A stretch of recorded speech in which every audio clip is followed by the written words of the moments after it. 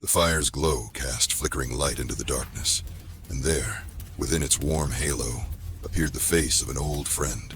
Idunan's expression, once tight with worry, softened into a smile as he recognized the dwarf. As they settled by the fire, Idunan leaned in, his voice low and steady. "What I've heard, is it true?" he asked. "If all you've told me truly came to pass, then we must present proof to the elders." As Bodin spoke of what he had seen, the shadow of horror crept across his face. Even his thick, fiery beard could not hide the weight of what he had witnessed. "The ones in the hidden temple," he said, voice low. They were slaughtered. The sacred seal, broken. What was meant to be kept hidden, it was gone.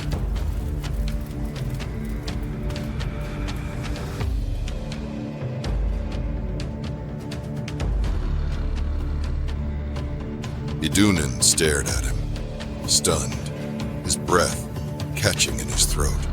"How is that possible?" he whispered. "Who would do such a thing? And how?" Suddenly, the campfire before them flared with a sharp crack, and from within its burst of flame, a shadowed figure emerged, cloaked in a long black robe, tearing through the veil of night with a sinister smile. Though Idunan moved swiftly and struck with force, the sorcerer cast him aside like a leaf in the wind. Seeing his friend Idunan hurled to the ground in pain, Bodin let out a furious roar and charged with his axe raised high. But in the blink of an eye, he was suspended in midair, frozen, unable to move. When his feet finally touched the ground again, a serpent of crimson flame coiled tightly around his body, burning and unyielding. As Bodin cried out in pain, a sharp whistle cut through the darkness. It ended in the sorcerer's chest, the sound of an arrow that turned him to dust and salt. As the sorcerer fell, Bodin and Idunan turned toward the arrow's origin, and there she stood, their savior, lowering her bow with solemn grace. They bowed their heads in gratitude. Idunan asked the woman who she was and how she had found them. She answered calmly, "My name is Fridas. The villagers of Kartika hired me to kill that foul creature." Idunan stood in thought. The darkness had moved before they could. He turned to the others and spoke with quiet urgency. "Evil has begun its march. If we do not stop it, it will be too late. We must face this together."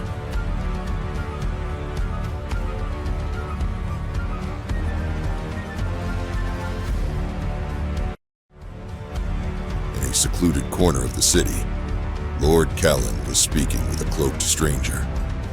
The figure wore a long robe, its hood drawn low to shroud his face in shadow.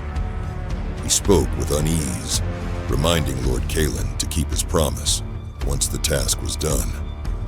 Lord Callan's voice was firm and cold. "Spare me your worry. Complete the task, set the trap, and disappear."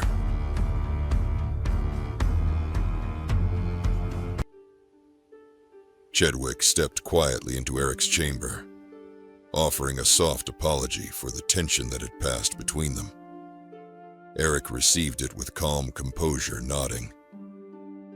"I accept," he said. "I too let anger guide my words." Eric spoke of the decision he and his mother had made. They would go to his uncle, Lord Lugal, known to many as the Butcher. He made it clear that the decision was his alone, born of his own will and desire. No one had driven him to it. Chedwick did not want him to go, but he knew Eric well. "I respect your choice," he said, "and I have always seen you as a brother."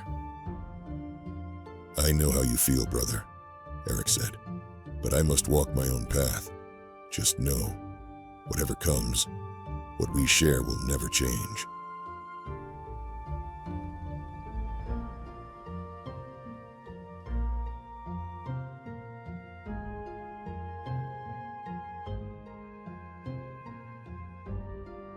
A servant informed the Crimson King that Lady Maina had arrived. "Very well. "Send her in at once," the king said, "but see that the preparations for the feast do not fall behind." The Red King and Lady Maina walked to the center of the throne room, like two river branches flowing into a single point. Lady Maina spoke of Eric's decision and said she must be by his side. The Red King, his heart weighed with sorrow, nodded. "I know," he said. "If you wish," he added gently, "I can speak with him once more." Lady Maina said, "You know him, there's no use, but you must stay by his side no matter what." The Red King said, "My lady, I would stand before death itself for you. You know this. But this decision, it feels like a punishment to me." Lady Maina's cheeks flushed, and she turned her gaze away. "My lord, your words honor me," she said softly, "but I cannot return them. There is not a river between us. There is a sea. That is why I ask only one thing of you," she said. "Stand behind my son. Always. I expect nothing more." The Red King gently placed a hand on Mina's shoulder and looked into her dark eyes. "My lady, I know," he said, "but I cannot chain the words upon my lips. Let the gods bear witness. Neither you nor Eric shall ever be alone. So do not let fear take hold of you."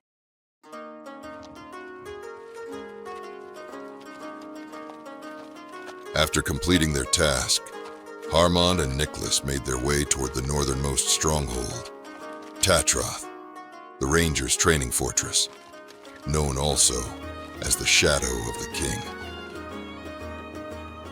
As they crossed the training grounds and made their way toward Master Silas's chamber, a familiar voice stopped them. Edmund stepped into view, grinning. "Where have you two been?" he asked. "Off on a mission, or just taking a holiday?" Nicholas gripped Edmund's arm tightly. "This man brought down a giant. Hammer now stands before the gods." Edmund smirked, a hint of sarcasm in his voice. "The master's waiting for you. Tell your tale to him." When Nicholas entered Grandmaster Silas's chamber, he placed the sack containing Hammer's head on the desk and began to speak. Silas raised his hand, cutting them off. "Hold on. Why is that sack on my desk? It should have gone to the quartermaster first." He sighed, then added, "No matter. It was a difficult task, and credit is due." Turning to Nicholas with a glance toward Harmond, he said, "Take him wherever he needs to go. You both have 1 day of leave, but return sober and sharp. The duties of the King's Shadow never cease."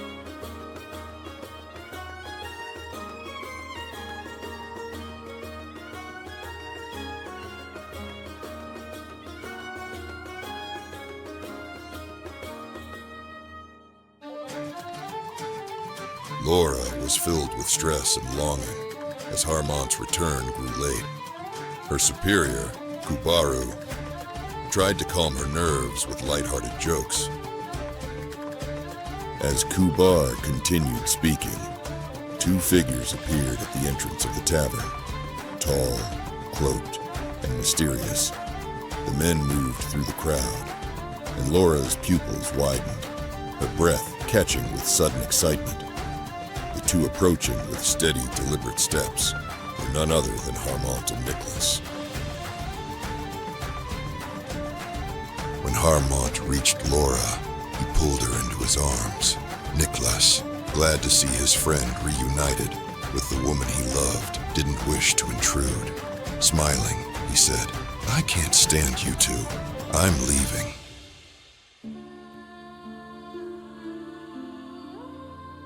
Harmond and Laura spoke quietly behind the tavern. "It's time," Harmond said. Laura's eyes lit up as she looked into his. "Are you serious? Is it true, what you're saying?"